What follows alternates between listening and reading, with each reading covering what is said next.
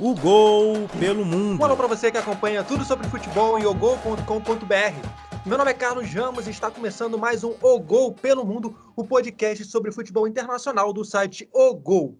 Além de tudo o que aconteceu no futebol internacional neste final de semana, nos principais campeonatos e também nas ligas mais aleatórias, teremos uma entrevista bem legal com a atacante Nicole, do time feminino do Benfica.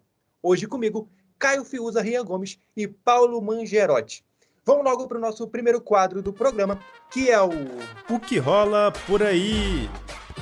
E no que rola por aí, a gente vai começar pela Espanha com o nosso Rian Gomes, que vai trazer um destaque do Getafe, que já tem mais um jogador brasileiro, né, Rian? Exatamente, um salve ao Carlos Ramos, ao Paulo, Caio e a todos os ouvintes de Podcast O Gol. Realmente temos essa grande novidade para iniciar mais uma semana, mês de janeiro, estamos aí adentrando em 2020 e com uma grande novidade aí na Liga Espanhola, o Getafe, que vem fazendo uma grande temporada, é o quinto colocado do Campeonato Espanhol, vem bem na Liga, conseguiu também uma vitória e uma classificação importante na Europa League para a segunda fase, né? Vai enfrentar de cara o Ajax da Holanda, não é um bom negócio, mas vem fazendo um bom papel nessa temporada. E o meu destaque é o Getafe, que venceu na última rodada do Campeonato Espanhol fora de casa o Leganés pelo placar de 3-0. É a contratação do nosso querido folclórico Daverson, ele que fez bom papel no Campeonato Espanhol algumas temporadas atrás, representando o Levante e depois o Alavés. Não foi tão bem no Brasil, ele é uma metamorfose ambulante, né? Eu diria o Daverson, um jogador que chegou ao Brasil com muita expectativa do torcedor brasileiro, não só o palmeirense, mas ele acabou decepcionando em boa parte, dividindo aí entre boas atuações e outras muito abaixo da crítica, né? Um jogador que se desliga muito fácil da partida e acaba tendo algumas atitudes assim, em muitas ocasiões foi chamado de craque incompreensível, né? Um craque incompreendido, na verdade, mas é uma contratação que muito nos assusta, assim, porque não vinha fazendo um bom papel no Brasil, o Daverson, né? Mas ainda carrega consigo o que ele conseguiu construir no futebol espanhol nas últimas temporadas. Mas a gente espera, assim, que ele consiga, nesse empréstimo com o Getafe, o Palmeiras emprestou até o fim da temporada, né? Final de junho, e com algumas cláusulas aí de rendimento, quem sabe ele consiga um bom papel, desempenhar um bom futebol, retornar a encontrar o seu caminho no Getafe, que vem fazendo, como eu disse, uma boa temporada. Foi eliminado, é verdade, na Copa do Rei, perdeu para o Badalona, e aí eu digo que não é nenhum erro de digitação meu, não é Barcelona, é Badalona mesmo, é o time da terceira divisão, né, que acabou vencendo por 2-0. O Getafe, assim como o Daverson, apesar de vir bem na Liga Espanhola, acaba oscilando em alguns momentos, mas a gente espera que esse casamento funcione aí, do Daverson voltando ao futebol espanhol e tentando reencontrar o seu caminho no time, que é o quinto lugar da Liga Espanhola, vem bem aí, então a expectativa é grande. O anúncio foi feito nessa manhã e a gente espera aí que o Daverson consiga reencontrar seus caminhos aí na Espanha. Muito bem, Rian Gomes, a equipe do Getafe, que tem, assim, ao meu ver, acompanhei algumas partidas do Getafe aí ao longo dessa temporada, e um dos principais destaques, se não o principal destaque da equipe, é o Marc Cucurella, que é um jogador que joga no meio pelo lado esquerdo, um jogador habilidoso e tal. Ele que pertence ao Barcelona e está exatamente no Getafe por empréstimo, fez 26 jogos e um gol na atual temporada, e é um dos principais destaques aí do Getafe, que no ataque vai ter além do nosso brasileiro Kennedy, né, que é aquele ex-fluminense que jogou no Chelsea e tal, e tem no ataque um jogador que promete ser a concorrência aí do Daverson no comando de ataque, o centroavante Jaime Mata. É um jogador que vem atuando como centroavante da equipe, marcou já 8 gols em 22 partidas na temporada. Então o Daverson chega aí para o Getafe para, de repente, ser a concorrência para o Jaime Mata. Alguém tem alguma coisa a declarar sobre o Getafe e talvez sobre o Daverson no Getafe? Não, pode falar, Paulo. Não, Caio, desculpa, mas sobre o Daverson, só para retomar um pouco do que foi a carreira do Daverson, né? Antes dele ir para o Palmeiras, ele esteve no Alavés, jogou também no Levante, na Espanha, e chega agora para o Getafe, que é uma equipe mais ou menos do mesmo padrão de tamanho, de importância, relevância no futebol espanhol. O Daverson não é propriamente um artilheiro, nunca foi, ele sempre se destacou pelo fato de, além de fazer gols, conseguir participar ativamente das partidas, que foi um pouco do que o Rian disse que ele não conseguiu levar para o Brasil, né? Ele não conseguiu ser tão ativo assim nas partidas, ou não tão proativo de uma forma positiva. No Getafe ele tem a oportunidade de retomar a confiança do que ele conquistou na Espanha, até porque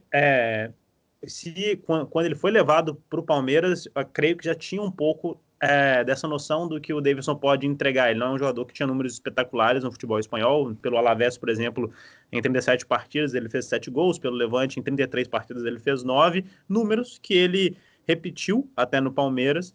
Então, eu acho que talvez um pouco da expectativa e um pouco da loucura do menino Davidson tenham atrapalhado a passagem dele no Brasil. Eu ia complementar falando dois assuntos, né? Pegando o gancho no Daverson e no Getafe. O primeiro, falando especificamente sobre o Daverson, acredito que seja um caso muito parecido com o Jonatas, que saiu do futebol alemão e foi para o Corinthians. Era um atacante que não tinha grandes números e continuou não tendo grandes números como um centroavante, né, no futebol brasileiro. Então, acho que a passagem do Daverson pelo Palmeiras não me decepciona. Eu nunca criei grandes expectativas sobre ele, sempre achei um jogador comum. Acho que o fato dele ser um pouco folclórico assim acabou elevando ele a um outro patamar de atacante, né?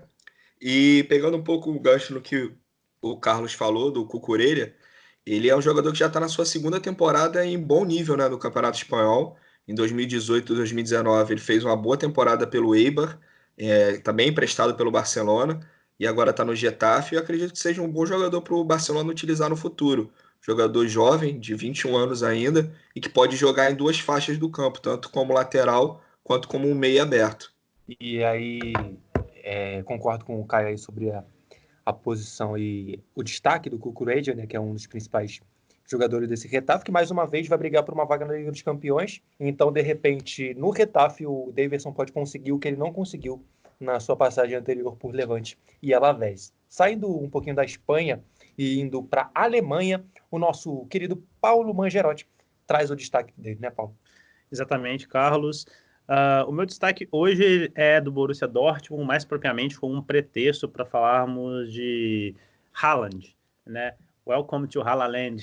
Espetacular, né? Espetacular. O Haaland, bem, como todo mundo já deve ter acompanhado, ele estreou pelo Borussia, marcando um hat-trick em 20 minutos. Ele entrou no segundo tempo da partida contra o Augsburg e foi definitivamente o grande destaque dessa vitória. O Haaland tem números impressionantes para uma idade, ele é muito jovem, né? Ele tem 19 anos e é um mito em estreias, né? Ele estreou em Champions League também com um hat-trick.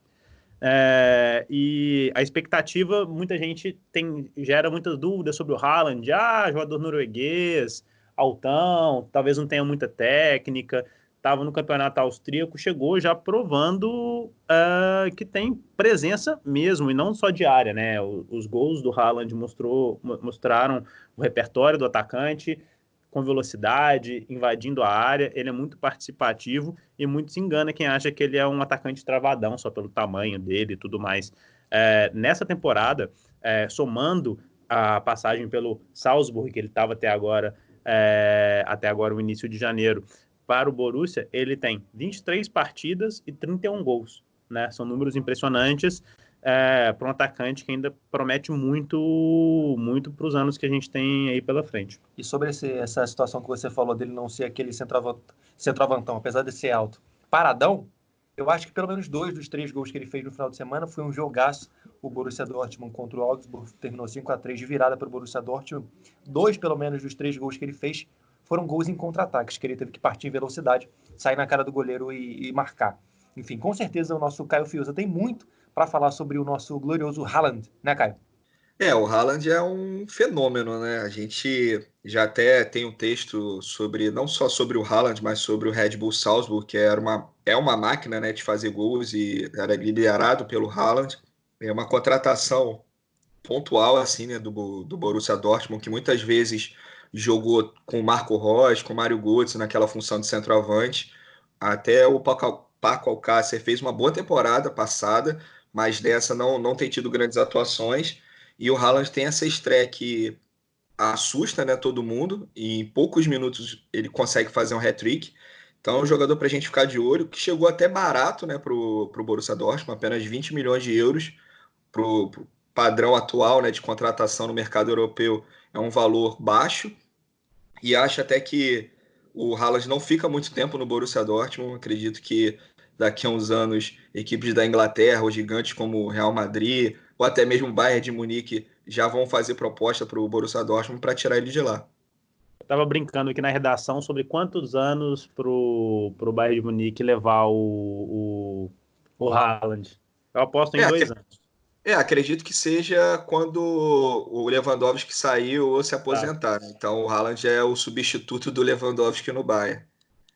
Só para falar um pouco dos valores que você falou, né, Caio? O que eu acho curioso é que o Haaland foi talvez um dos nomes mais falados aí nessa janela que ainda está aberta, né? Junto com Eriksen e alguns outros nomes. Mas sempre foi especulado. O Haaland foi especulado no Manchester United, teve especulações na Juventus também, clubes espanhóis, e ele de fato não foi uma contratação tão cara assim, o que nos leva a perguntar se essas especulações sobre ele eram reais ou não, e também como o Borussia, creio que mandou bem nessa, né? Porque ganhou na concorrência, ou pelo menos nessa teórica concorrência com grandes clubes, para uma contratação que eu acredito que ainda vai gerar muitos frutos e um retorno financeiro muito bom para o clube a curto prazo, porque o Borussia não é desses que mantém jogadores por tanto tempo assim. Eu apostaria nisso, 2 ou 3 anos para o Haaland aí no Borussia, e despontando disso, creio que ele ainda vai para um clube ainda maior, por um valor astronômico.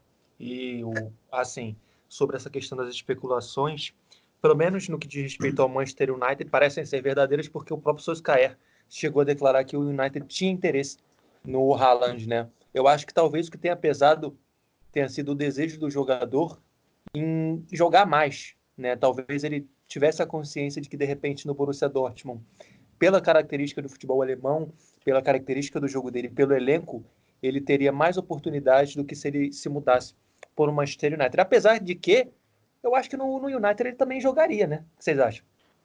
Eu acho que até eu jogaria no Manchester United. Atualmente Opa! a fase não tem sido muito boa por lá, não, mas... Não, falando sério de características, eu acho que ele se encaixaria bem no time de Ole Solskjaer. Eu acho que ele tem como vocês falaram, esse padrão, esse perfil de não ser um centroavantão, aquele cara que fica plantado dentro da área. Ele tem muita mobilidade, mostrou que tem uma arrancada, senso de posicionamento muito interessante. Então, é um jogador, eu acredito que o Borussia Dortmund tenha vencido aí como disse o Paulo, né, na teoria, esse leilão, e fez muito bem em contratar o Haaland. Tem apenas 19 anos. Ele que, apesar da nacionalidade ele sendo norueguês, ele nasceu na cidade de Leeds, né? Ele nasceu na Inglaterra e é naturalizado norueguês. Então é uma opção bem interessante para os gigantes aí. Não que o Borussia Dortmund não seja gigante, mas para as próximas temporadas ele postular aí num dos primeiros, na primeira prateleira do futebol europeu em breve, muito em breve. Ele nasceu na Inglaterra porque o pai dele era jogador, né? Jogou muitos anos da carreira na Inglaterra, mas aí acabou optando por escolher o país, né, dos pais, e consequentemente ele tem, lógico, traços de norueguês. E até sobre ele ter optado pelo Borussia Dortmund, acho que pesa muito a proximidade, né, da Áustria com a Alemanha, provavelmente a similaridade entre o futebol, a questão da língua, então uma rápida adaptação para ele, né? Fora que ele também deu uma entrevista dizendo que tinha sido seduzido pelo projeto do Borussia Dortmund, então acredito que são fatores que ele pesou e levou em consideração para isso, né? Exatamente. Só para pegar um gancho aqui, para não falar que meu destaque era o Borussia, eu falei só de Borussia, para falar um pouco do Sancho, que eu acho que ele se encaixa justamente nisso que nós estamos falando aqui do Haaland. Tanto há quanto tempo o Haaland vai durar no Borussia, para como em relação ao desenvolvimento. Sobre o Sancho, o diretor do Borussia, o Michael Zorc, declarou há alguns meses 2 coisas que eu acho que são perfeitamente transferíveis do Sancho para o Haaland. A primeira delas, ele disse que não é preciso ser um profeta para saber que o Sancho não vai ficar no Borussia pelos próximos 5 anos, ou seja, ele já projetando que o Sancho vai sair do Borussia no futuro próximo. E outra coisa que ele disse sobre o Sancho que é inglês, ele crê que o Sancho dificilmente teria um desenvolvimento tão positivo como ele tem no Borussia se ele tivesse seguido no futebol inglês. Ele fala da importância do Borussia Dortmund, da escola do Borussia Dortmund, o que o Borussia Dortmund oferece aos jovens jogadores como essa alavanca na carreira do Sancho, que foi, inclusive, um dos destaques também dessa goleada. Ele deu passe para gol, fez gol, e é um excelente jogador também.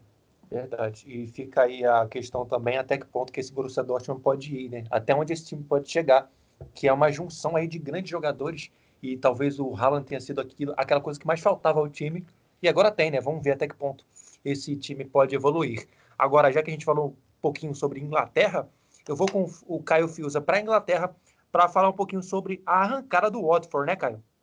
Isso, a gente às vezes acaba comentando, né, que a troca de treinador atrapalha o projeto de um time e tudo mais, mas o que tem acontecido com o Watford é exatamente o contrário, né? A equipe começou essa edição da Premier League com o espanhol Javi Garcia, que não foi muito bem, após quatro partidas já estava muito mal. E quem assumiu depois dele foi o Quique Sanches Flores, também espanhol, que também não teve um bom desempenho na equipe do Watford, né? E lá no dia 7 de dezembro do ano passado, né, ali antes da 16ª rodada, o Watford anunciou Nigel Pearson, ele que havia comandado o Leicester, né, antes do Claudio Ranieri assumir a equipe e ser campeã, né, campeã inglesa. O Nigel Pearson não teve passagem por grandes equipes da Inglaterra, sempre ali equipes de meio de tabela e que até brigam pelo rebaixamento, como Southampton, Leicester, como eu citei, Hull City, Derby County, e ele assumiu o Watford ali próximo à 16ª rodada, né? A equipe do Watford era a lanterna da competição, com 8 pontos, 7 pontos para sair da zona de rebaixamento. E desde então o Leicester tem tido uma sequência muito positiva, são 8 jogos, 4 vitórias, 3 empates e 1 derrota. Aí, uma derrota, mas para quem foi essa uma derrota? Para o Liverpool, que até agora não perdeu de ninguém. Então a gente pode até levar em consideração essa derrota, foi 2-0 para o Liverpool, mas tem grandes resultados aí, que foi uma vitória de 2-0 sobre o Manchester United, 2-1 sobre o Wolverhampton, que faz uma campanha bem sólida no campeonato, 3-0 sobre o Bournemouth, que é um adversário direto na briga pelo rebaixamento, e 2 empates assim bastante consideráveis, né? 1-1 com o Sheffield, que é um adversário que tem dado trabalho para os grandes e está até na parte de cima da tabela. Na última rodada, se eu não me engano, o Sheffield empatou com o Arsenal também por 1-1. E o 0-0 da última rodada contra o Tottenham. Tottenham que, tudo bem, que não faz uma campanha confiável, né, com o José Mourinho, mas é uma das grandes forças do país. E hoje, após 23 rodadas, o Watford já está fora da zona de rebaixamento, é o 17º colocado com 23 pontos, e na rodada de hoje, né, do dia 21 de janeiro, pega o Aston Villa, que é exatamente a equipe que vem atrás dele, com 22 pontos. Então destacando essa recuperação do Watford, que conta com 2 brasileiros no elenco, o goleiro Gomes, que não é titular, mas tem uma importante passagem pela equipe, e o atacante João Pedro, ex-Fluminense, que até o momento só jogou 45 minutos de uma partida da FA Cup, que é a Copa da Inglaterra. Verdade. E nessa luta aí que o Caio falou, citou esses resultados, na última partida que o Watford jogou contra a equipe do Tottenham, o Watford teve muito perto de vencer o jogo, e só não venceu porque o Troy Deeney perdeu um pênalti, o Gazzaniga pegou o pênalti.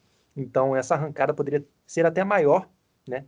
Poderia ter sido até maior se o Deeney tivesse marcado de pênalti no último empate do Watford 0-0 com a equipe do Tottenham, um jogo de equipes ali da região de Londres. E o Watford, como o Caio citou, é a primeira equipe fora da zona de rebaixamento com 23 pontos.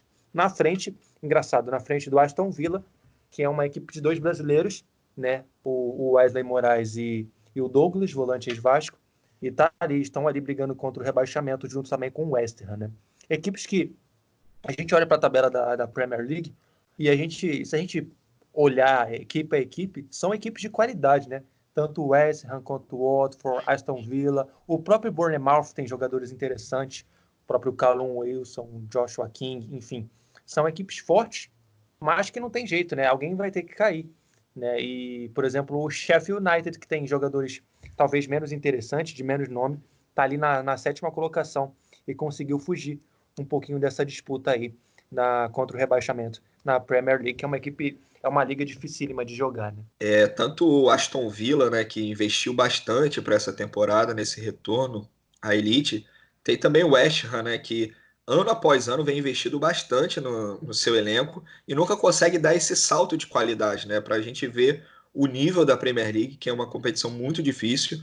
A gente tem até que parabenizar, né, o Sheffield, porque é uma equipe que não fez grandes investimentos e consegue ter uma campanha bastante segura, né, ali na 7ª colocação. Exatamente. E sempre complicando a vida quando joga com os chamados grandes, né? Agora a gente vai sair do que rola por aí e vamos para o Brasileiros pelo Mundo. E no Brasileiros pelo Mundo, o nosso primeiro destaque vem exatamente da Inglaterra. Estávamos falando há pouco sobre o futebol inglês e o Rian Gomes vai trazer um destaque brasileiro na Inglaterra, né, Rian? Exatamente, eu vou trazer um belo destaque, inclusive, trata-se do goleiro Alisson, né? Mais uma vez, figurando entre os destaques desse fim de semana do futebol internacional, responsável por grandes defesas. Mais uma vez, o Liverpool não sofre gol, com o Alisson embaixo da meta. Esse foi o 5º jogo consecutivo. Inclusive, o Liverpool, a última vez que o Liverpool sofreu um gol foi no dia 30 de novembro do ano passado, né, em 2019, quando venceu o Brighton por 2-1. Então, é claro que o momento do Liverpool é espetacular. Todos os jogadores, titulares e reservas, vêm vivendo grandes momentos, mas o que vem fazendo o Alisson realmente é algo impressionante. Ele que, além de defender muito bem, agora se arrisca a dar assistências, né? Ele que deu uma bela assistência para o gol de Mohamed Salah, o gol que sacramentou a vitória do Liverpool sobre o Manchester United no último fim de semana. E foi muito legal porque ele recebeu muitos elogios, é claro, do seu treinador Jürgen Klopp, e que avalia o desempenho dele muito bom, que ele pode ser, além de destruir jogadas de adversários com defesas, ele constrói também, como foi no início do contra-ataque. Ele deu uma bela reposição de bola, um lançamento incrível para o Salah, que terminou no gol, e um gol que é recheado de coincidências aí e similaridades com outro gol que também teve assistência de goleiro. Inclusive o perfil oficial do Liverpool nas redes sociais divulgou até uma brincadeira, né, nessa terça-feira, em respeito da similaridade. Um gol muito parecido com o que foi feito pelo Liverpool em 2009, né, há 11 anos atrás, um passe do goleiro Pepe Reina na ocasião, contra esse mesmo Manchester United, no próprio Anfield Road. O jogo também foi 2-0. Na ocasião, o Pepe Reina fez o lançamento para o Ngog, né, o atacante do Liverpool na ocasião. Foi um belo gol. E a comemoração do Alisson, né, efusiva. Lá o Usain Bolt, ele atravessou o campo numa velocidade incrível para comemorar com o Salah. E isso foi sensacional, né, cara? Isso mostra como o momento que vive o Liverpool na temporada, né? Líder disparado do campeonato inglês. Inclusive, nesse último jogo, a torcida do Liverpool já cantarolava que o título era dos Reds, porque é difícil conter empolgação depois de tantos anos sem título, e vencer da forma que o Liverpool vem vencendo, realmente é espetacular. E todo time começa por um bom goleiro, né? É um clichê do futebol, mas que a gente tem que concordar, porque o Alisson vem fazendo no Liverpool algo incrível e vem marcando o seu nome na história como um dos grandes goleiros dos Reds, e agora também se arriscando para contribuir nos números ofensivos, né? A torcida do Liverpool, que está em polvorosa, é claro, chegou até a brincar nas redes sociais que o Alisson tem mais assistências que o Lingard, por exemplo. O Lingard do Manchester United na Premier League, o Lingard que jogou 16 jogos, não deu nenhuma assistência, o Alisson deu sua primeira, tem mais assistências que o Lingard, Sterling e outros jogadores importantes, né, que vem jogando essa competição. Então o Alisson tá de bem, tá de boa com a torcida e vive um grande momento, é o meu destaque dessa semana, além do time do Liverpool também, que é imparável, não tem como parar o Liverpool nessa temporada. E o Rian Gomes, eu vou além. O Alisson tem tantas assistências na Premier League que seus companheiros de time, por exemplo, Fabinho, Origi e o Lallana, tem o mesmo número de assistências também, por exemplo, que o Bernard, brasileiro do Everton, né? Que o Aubameyang, atacante do Arsenal. Falar em Arsenal, tem o mesmo número de assistências que o Dani Ceballos e o Mesut Ozil. Só para citar alguns jogadores assim que também Agora estão brincando muito na Inglaterra com isso, né? O Alisson tem mais assistências, tem tanto assistências quanto esses jogadores aí conhecidos na reposição incrível que o Alisson deu. E tanto assistência também quanto o Lucas Moura, esqueci dele aqui. E o Wesley Moraes, outro brasileiro da Premier League, né? Que ele repôs a bola de forma incrível para o Salah sepultar o Manchester United no clássico do final de semana, que foi mais uma vez um jogo de domínio do Liverpool. O Manchester United... Paulo, o United até que eu acho que não tá tão mal assim, sinceramente. Ele tá na 5ª posição, né? Brigando ali com o Chelsea por uma vaga no G4. E às vezes eu acho que dá para ir para o Manchester United. Tem alguns jogadores que não tão mal, por exemplo. É claro que ele ainda é muito jovem, né? Mas tem o Mason Greenwood, que é um jogador bom, interessante. O próprio Marcus Rashford. É difícil tu falar que o Rashford vive uma fase ruim, por exemplo, que ele sempre se lesionou agora também, né, cara? Ele sofreu uma lesão grave nesse jogo. Possível que fique aí 3 meses fora e nem jogue mais a temporada, uma pena. E ele tava sendo o cara, né, do Manchester United, sempre marcando gols, dando assistências, estava sendo o melhor jogador da equipe. E é isso, a gente olhando o Daniel James também, que é um jogador interessante. O Daniel James é impressionante. A primeira rodada, acho que da Premier League, começa com um golaço do Daniel James, que na rodada seguinte fez outro também, num petardo de fora da área. Então tem esses jogadores, o próprio Martial, que eu acho que o grande problema é que falta um centroavante mesmo, um cara de referência, porque às vezes joga o Martial de referência e ele não consegue. Ele dá velocidade ao time, mas ele não dá profundidade às vezes. Eu acho que a espinha dorsal do Manchester United, que está aí já há muitos anos, ela precisa de ser um pouco mudada, assim. Eu acho que está um pouco do mesmo e é uma série de jogadores, desculpa, só para citar alguns como Phil Jones, Rojo, Mata, Lingard, Matic, e por mais que vários desses nem joguem sempre, eu acho que é o elenco, né? São jogadores que estão ali há muitos anos e que são um pouco da síntese de quase de um fracasso do United mesmo, então precisa de dar uma mudada nisso aí, um novo elenco, eu acho. O United tenta fazer contratações pontuais, mas eu acho que está precisando mesmo de dar uma mexida nisso aí para dar uma renovada e realmente não faz uma temporada tão ruim. Mas, claro, é o Manchester United, gente. Precisa de ir muito além do que isso. E, assim, destacar... eu acho que é isso. Esse é o grande ponto. Eu queria destacar também outro jogador, que é o Fred, que eu acho que finalmente engrenou na Inglaterra. O volante brasileiro Fred, que no início do Manchester United estava mal demais, errando muito, sem confiança. Agora o Fred retomou a confiança.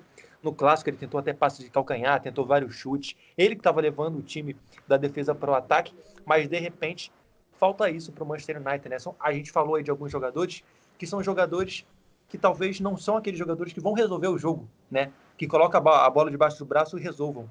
Como, por exemplo, é o Pogba, que não joga. Exatamente. Carlos, e assim, o investimento alto, né, que é feito nesses jogadores. Né? O próprio Maguire foi um dos zagueiros mais caros da história a serem contratados. Claro, é um bom zagueiro, é um bom defensor. Então acho que o Manchester ainda tem essa política de supervalorizar demais as contratações e acaba se decepcionando, né? O próprio torcedor. O caso do Luke Shaw que batalhou contra o sobrepeso aí nas últimas temporadas, virou até motivo de chacota em algumas ocasiões, voltou bem, voltou pro time, né, nesse fim de semana, eu assisti. Tá gordinho, mas tá bem. Gordinho, eu me identifico com ele, mas foi bem, defendeu bem. Prontinho. Começou como zagueiro, terminou na lateral esquerda, não comprometeu muito o time, mas eu concordo em gênero, número e grau com o que disse o Paulo. Acho que o time precisa de uma reformulação urgente em seu elenco para que as coisas comecem a mudar, né, em Old Trafford, porque a 5ª colocação pode parecer não tão, né, assustadora assim, não tão ruim, mas como disse o Paulo, acho que para a história do Manchester, para o que construiu ao longo dos anos, principalmente da década de 80 para cá, não dá para se contentar com a 5ª colocação e com o desempenho que o time vem fazendo. Não é só pelos resultados, né? Muito pelo desempenho. Um time que tem muita dificuldade de propor jogo, de se impor sobre os adversários, mesmo até os mais fracos, assim, tecnicamente. Então, acho que é algo a se pensar. Só a gente comparar também que o Manchester hoje está em 5º lugar e o Leicester é o 3º. E o Leicester hoje não tem nenhum jogador com tanto peso como tem os jogadores do Manchester United, como o De Gea, o Pogba, até mesmo o Rashford, que é tido como uma grande revelação, né, da equipe, vem melhorando os números dele ao longo dos anos, mas o Leicester tem um trabalho já aí bem solidificado. O Brandon Rodgers chegou na temporada passada, né, conseguiu uma recuperação com a equipe, e vou pegar muito no que o Rian falou. O Leicester tem tido bom desempenho, e assim os resultados acabam vindo. E o Manchester United oscila bastante, né? Faz boas partidas, partidas razoáveis, às vezes aquela partida que acaba deixando escapar a vitória nos últimos minutos, acaba dando um mole assim. Então, acho que falta uma consistência, uma sequência maior, né, de boas atuações para essa equipe. Fora que também tem convivido com muitas lesões, né? Até contra o Liverpool, a equipe não pôde contar com o Rashford machucado, o Pogba e com o McTominay. Então, assim, só aí você já perde 3 jogadores essenciais para o desempenho da equipe. E saindo da Inglaterra, mas nem tanto, agora a gente vai falar sobre um jogador, o destaque do Paulo Mangiarotti, que já jogou não, né? Passou pelo Chelsea, é até hoje do Chelsea, mas pouco jogou em Londres e está no futebol português, né, Paulo? Exatamente, o meu destaque dessa semana é o aniversariante da semana, Lucas Piazon, fez aniversário ontem, completou 26 anos. Bem, o Piazon, para quem não sabe, ele está no Rio Ave, né, clube da primeira divisão do Campeonato Português, clube comandado pelo Carlos Carvalhal, faz um bom campeonato português, tanto que o Carvalhal chegou a ser especulado, né, em clubes brasileiros, no Atlético Mineiro, mais recentemente no Red Bull Bragantino. E o Lucas Piazon vive um bom momento, pelo menos um momento de retomada no Rio Ave. Muito surpreendentemente, para muitos foi surpreendente a chegada do Piazon ao Rio Ave, e mais surpreendente ainda, foi o fato dele ter não começado como titular. O Piazon começou um pouco como reserva, estava intercalando o momento entre o time titular e o reserva, e agora, nos últimos jogos, ele se firmou, né, como titular. Marcou em 2 jogos seguidos, marcou na vitória do Rio Ave sobre o Santa Clara, também marcou na derrota para o Benfica e fez uma boa atuação, né, a última partida do Benfica, do Rio Ave, contra o Boa Vista. O Piazon ele tenta retomar a carreira, né, de muitas idas e vindas. A última temporada, a temporada 2018-2019, definitivamente é uma temporada para esquecer, talvez tenha sido a pior da carreira dele, pelo menos em números, né, de jogos e tudo mais. Ele foi para o Chelsea, teve no elenco sub-23, ficou grande parte da temporada no elenco principal do Chelsea, mas sem ser utilizado, e acabou emprestado para o Chievo, da Itália, onde também pouco jogou. Antes disso, o engraçado é que o Piazon teve bons números, né? Ele, enfim, teve uma carreira, uma passagem de 2 temporadas pelo Fulham, clube que inclusive tentou mantê-lo, mas o Chelsea não liberou. Teve uma passagem boa pelo Reading, pelo Eintracht Frankfurt, e agora em Portugal ele tenta se firmar. Ele deu uma entrevista aqui em Portugal quando ele chegou, justamente dizendo que ele acredita que agora seja o momento de parar de ser emprestado, criar raízes em um clube. Sinceramente, não sei se o Rio Ave é o melhor clube para isso. Eu acredito que o Piazon ele ainda pode provar algo em um patamar um pouquinho acima disso, pelo menos. O Rio Ave eu acho que ainda é pouco para ele, mas é um jogador que é para se ficar atento, né? Ou mesmo para o mercado brasileiro quiser repatriar o jogador, não para repatriar ele com status de craque ou de promessa olímpica, até porque ele é um jogador hoje de 26 anos, já passou muita coisa, mas é um jogador que eu acredito que pode estar provando aí sim, ainda em alto nível. E de repente até para o São Paulo, né? O São Paulo já... Acho que o Piazon falou que de repente ele gostaria de voltar ao São Paulo um dia. De repente poderia ser um nome interessante, né? E o Piazon que sofre com mutações ao longo da sua carreira desde a base, né? Ele começou no Curitiba, depois passou para o seu rival Atlético Paranaense e foi terminar a sua formação no São Paulo. Então, desde então, ele sofre como ele diz, né? Não plantar raízes nas equipes. E realmente, a sua ida para o Chelsea, na minha visão, tudo que poderia ser maravilhoso para a carreira dele acabou não sendo tão bom, né? Porque ele nunca foi aproveitado, nunca conseguiu ter uma sequência, né, na equipe de Londres, e esse excesso de empréstimos acaba fazendo com que o jogador crie uma máscara, né? Porque, inclusive, até no nosso site, né, no Gol, quando noticiamos a ida dele para o Rio Ave, A gente teve muitos comentários, né? Pô, o Piazon ainda existe, ainda tá mudando de time até hoje. E ele só tem 26 anos, né? Muitos anos se fala do Piazon mudando de equipes e realmente ele ainda não conseguiu mostrar todo o talento e potencial que ele produziu no São Paulo, a expectativa que ele gerou, ele ainda não conseguiu, né? Teve boas temporadas, como trouxe o Paulo, mas eu acho que ainda falta um pouco mais. E até acredito que ele mereça um pouco mais. Vamos aguardar aí esse fim de temporada, vem vivendo um bom momento no futebol português. Quem sabe aí na próxima janela pinte algo ainda melhor para o nosso querido Lucas Piazon. Só para mostrar um pouco como é difícil o Chelsea largar o osso, né? O Abramovich largar o osso.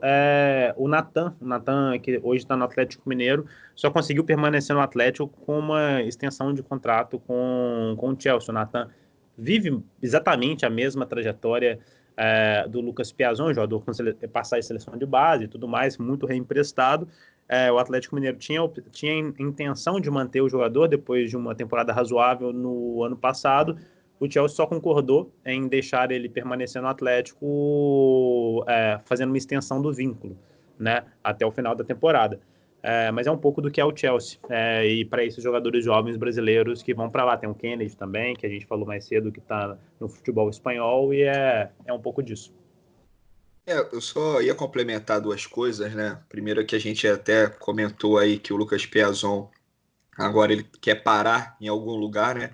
Porque realmente é complicado em 9 anos passar por 7 países, né? E aí eu coloco Brasil, Inglaterra, Espanha, Holanda, Alemanha, Itália e agora Portugal. Então, assim, é uma mudança muito brusca, né? Toda hora de cultura, tanto dentro de campo quanto fora. Você vai conhecendo diferentes formas de jogar e aí você acaba não se adaptando, né, a uma forma, né? Acaba não tendo sequência, que foi até o que a gente comentou. E falando sobre o Chelsea, essa política deles, né, de contratar o jogador e ir emprestando bastante, o Chelsea ficou aí um período, né, sem poder contratar, né, punido pela FIFA. E só para a gente ter uma noção do que o Chelsea perdeu, hoje o Chelsea poderia ter no seu elenco, só assim rápido, né, para a gente até seguir o programa, o Nathan Ake, que é um zagueiro do Bournemouth, que vem fazendo boas campanhas, com o Bournemouth está na sua terceira temporada seguida pela equipe, e também dois nomes que brilham no futebol europeu, né, que é o Kevin De Bruyne e o Romelu Lukaku. Então hoje o Chelsea poderia ter esses três jogadores que com certeza ajudariam bastante o Frank Lampard. E Caio, agora para fechar o Brasileiros pelo Mundo, você traz um destaque brasileiro na Itália, né?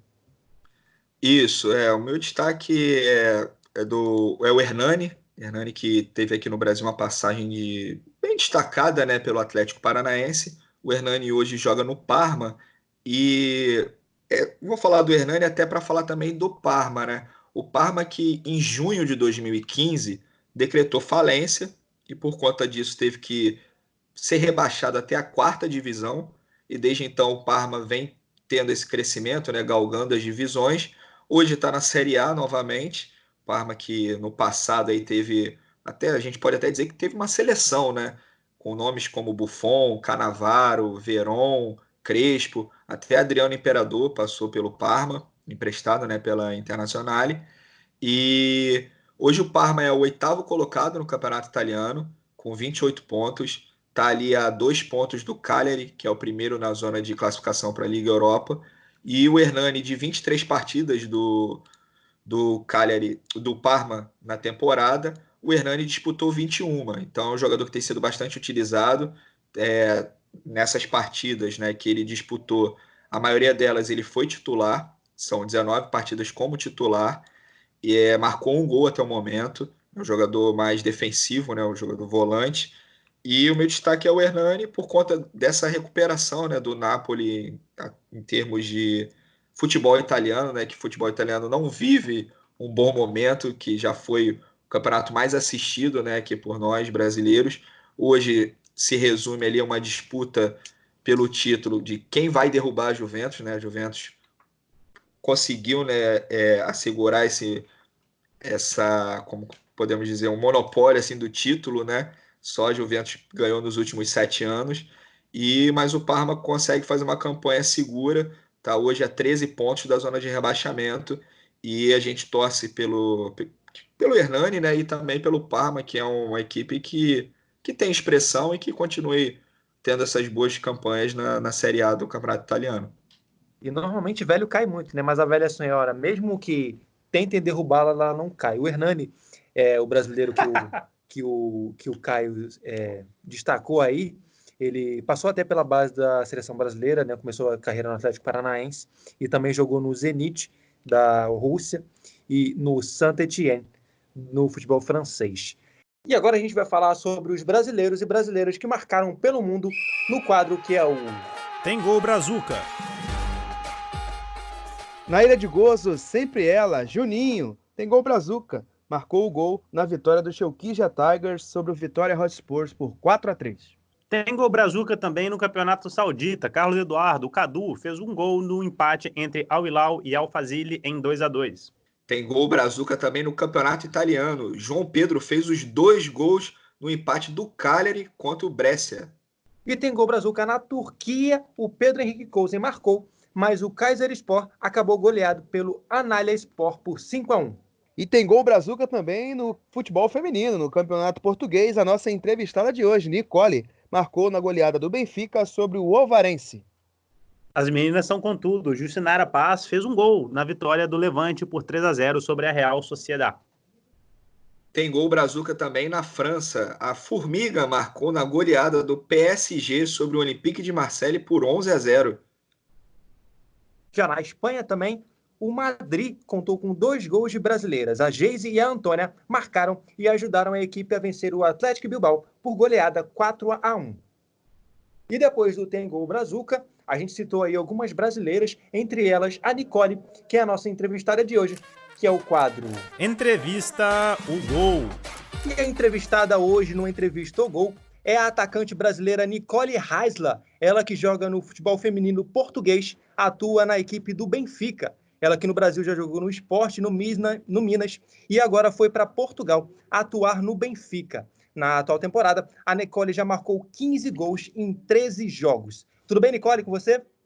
Tudo bem, boa tarde. Primeiro, quero agradecer a tua participação aqui no podcast O Gol pelo Mundo. Nicole, eu queria saber primeiro de ti, como é que foi essa mudança e a tua escolha por Portugal? Você que tinha feito 15 jogos e 4 gols com a camisa do Minas em 2019, acabou escolhendo o Benfica para continuar a tua carreira, né? Como é que foi essa mudança e a tua escolha em jogar no futebol português, Nicole?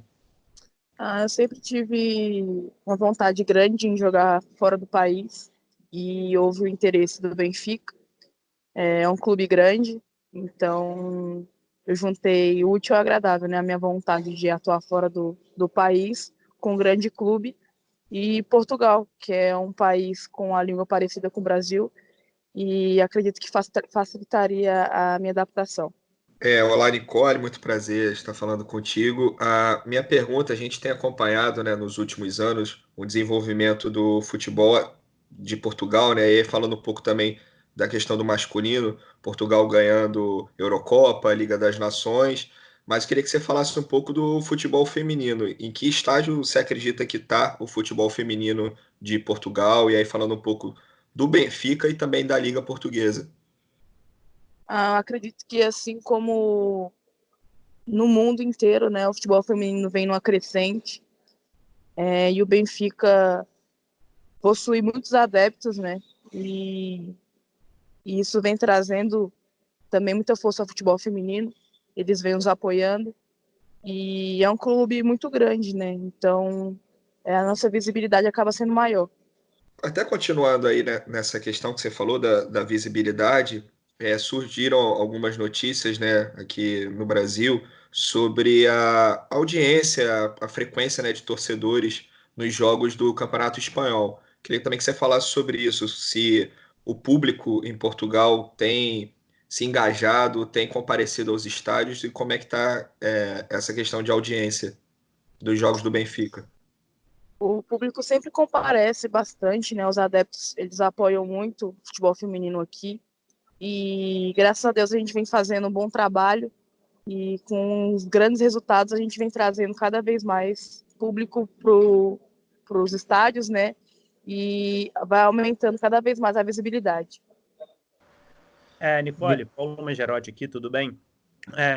Gostaria de fazer uma pergunta sobre seleção brasileira, né? Você que integrou o elenco que participou do Mundial Sub-17 em 2016, gostaria de saber como está a sua expectativa agora com a nova treinadora, a Pia, se você mantém contato com ela, se está no seu plano agora para um futuro próximo, está integrando a seleção, como é que está isso na sua cabeça?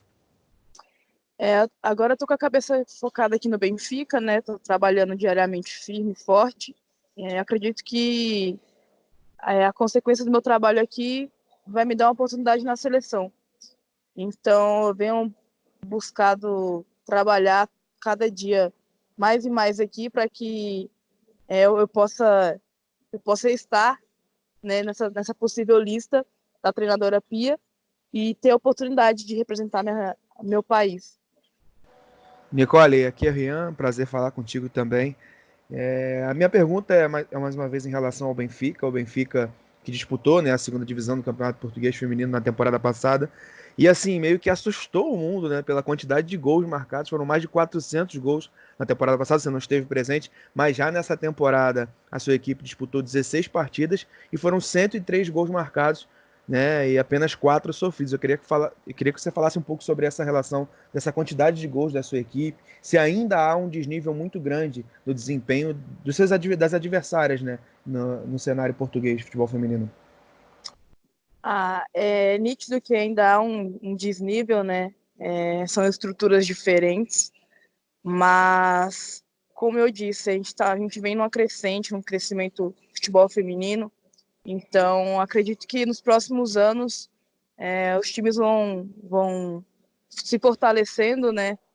Até no decorrer do campeonato, a gente vem encontrando equipes que vêm nos dando bastante dificuldade, e isso também é reflexo do trabalho que a gente vem fazendo, né? A gente treina bastante, então eu acredito que isso faz parte do nosso trabalho também.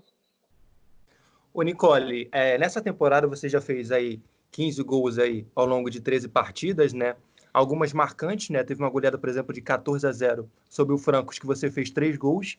Mas teve um jogo que foi bem nivelado, né? Talvez o mais equilibrado dessa temporada, que foi o clássico Benfica Sporting, que acabou 2-2, né? Foi até um jogo mais recente. Como é que foi esse jogo? Como é que é disputar um clássico lisboeta? O Sport é um clube grande também aqui em Portugal, e cada jogo é sempre bastante importante, né? Independente do adversário, mas a gente buscou ir mais concentrada para o jogo. É um clube, um adversário bastante forte, mas a gente entrou no jogo como se fosse qualquer outro, né? Com muito foco e determinação. Infelizmente a vitória não veio, mas nós fizemos um bom jogo. Nicole, falando um pouco agora sobre o futebol feminino aqui no Brasil, queria que você começasse primeiro falando se você acompanha atualmente os campeonatos aqui no Brasil. A gente até teve bom desempenho de 2 equipes de São Paulo, né, recentemente, da Ferroviária e do Corinthians, uma sendo campeã brasileira, a outra sendo campeã da Libertadores. Queria saber se você acompanha os jogos, se está em contato com as treinadoras e as outras jogadoras.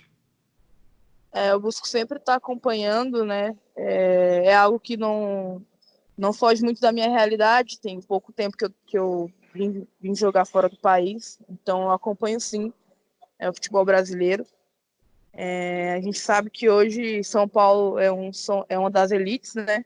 É um campeonato onde tem mais times fortes, então é sempre bom acompanhar e eu tô sempre de olho.